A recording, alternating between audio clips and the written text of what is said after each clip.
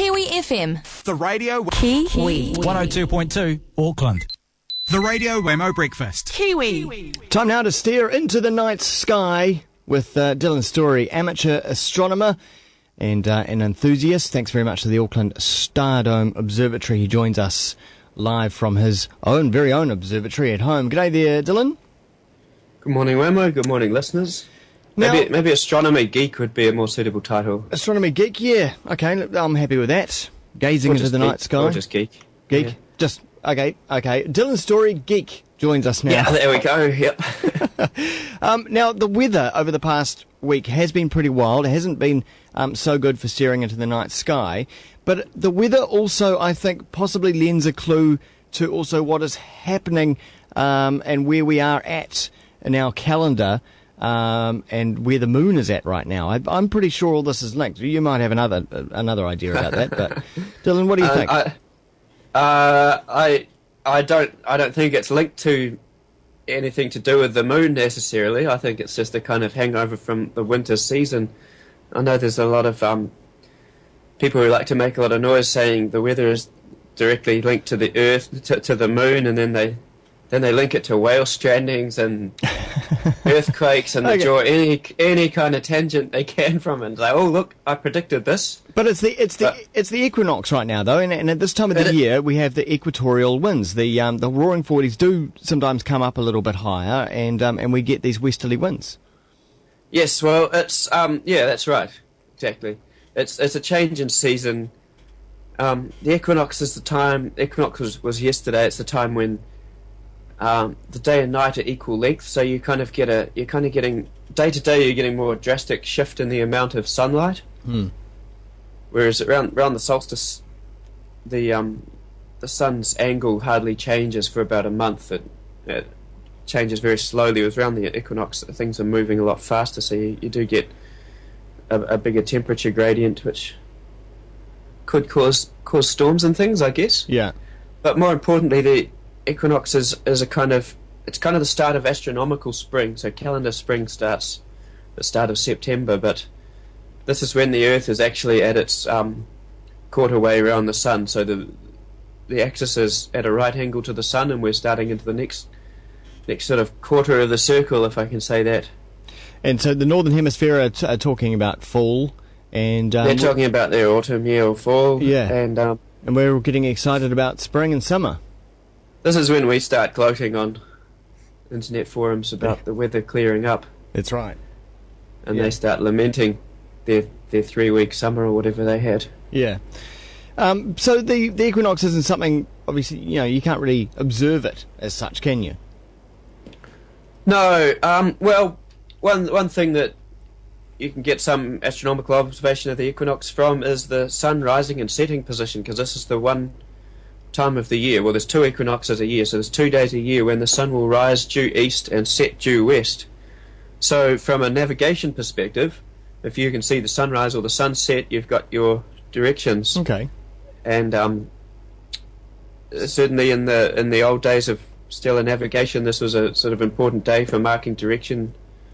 And things were built, like Stonehenge type things were built with the equinox. Yeah. Measured from the equinox, so measured from the sun setting and rising place. And in modern times, some people might notice when they're heading to work or heading home that the sun is either rising or setting in a inconvenient place, but perhaps directly in front of you down a street as you're heading home, and you might be getting sunstrike. Yeah, exactly. If you've got a direct west or east facing street, that'll happen. Yeah. And in the coming month, it'll move more towards the south, so the sun's sort of coming into the southern part of the sky. And I don't know, you might have a street that's facing slightly south, so you'll get that in the full summer. Now, if that makes sense. It does make sense. Now, last week, Dylan, we were looking at my new telescope, and I still haven't, because the weather's been so wild and whatnot, I haven't had a chance to drag it out. But I was told by someone the other day that they did catch a wee glimpse of Jupiter. And it's massive. They noticeably saw how big Jupiter was in the sky. I'll tell you what, I had a look at Jupiter through the telescopes at Stardome last night, and it was probably the best I've seen it, actually. Wow. It was, you could see it there. You can see the round circle of Jupiter. This is through a little, I think it was just an 8-inch telescope. Maybe it was 10. There was I think we had an 8 and a 10 out, and you could see the cloud bands. You couldn't quite see the red spot, but I think if you looked for long enough, if it was perfectly clear, which it wasn't quite perfectly clear, you might have been able to see the red spot. You could see the cloud bands. You could see the 4 moons around it really bright. You could definitely see that they were something, not just background stars, but all heading around Jupiter. And the cool thing about observing the moons around Jupiter is that they actually move really fast. They whiz around the planet. So if you look at them and then you go away for an hour, as you do at Stardome, and do a planetarium show or whatever, then you come back and have another look. They've noticeably changed positions. Okay. So you kind of get that instant reward and instant realization that you are seeing some phenomenon out in space. Yeah. So I would recommend going out to see Jupiter in the next few weeks at least. Is it the closest that it's been in a long time? Yeah, since 1960-something, 1963. Right. And the closest it will be until 2022, which doesn't mean it's that much closer than it usually is every year, because, Jupiter takes 12 years to orbit the Sun, Earth takes 1 year, so in just over a year, or basically every year and 1 year and 1 month, Earth will overtake Jupiter, and so it becomes close. It's just that the Earth's orbit is it's not perfectly spherical, it's slightly oblong, slightly elliptical, and so is Jupiter. So if the point where we happen to pass Jupiter is when it's in its near part of its ellipse, when it's nearest, then that will be slightly closer than if we pass it when it's in its faraway point. Okay. And so it's at its close point now, so that does bring it a small percentage closer.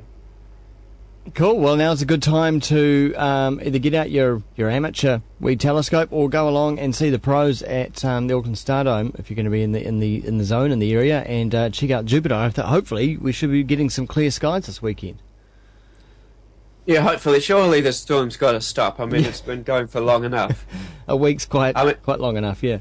Last night we had full moon too, so it was great for viewing the moon, but it was kind of detrimental to viewing other things because the light from the moon kind of washes out the sky. But in another night or two, then the moon's going to be a bit away from Jupiter, so that will probably be the best time for viewing it. Does the full moon always happen on the equinox? Is that?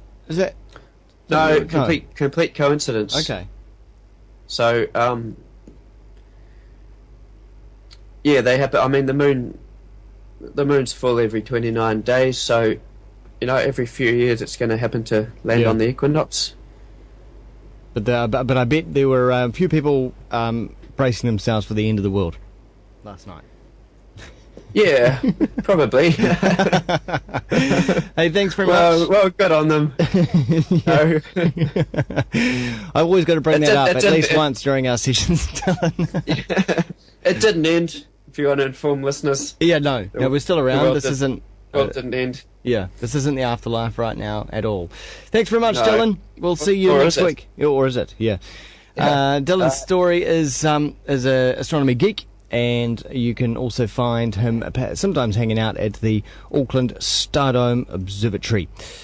Time now here on Kiwi is 4 minutes away from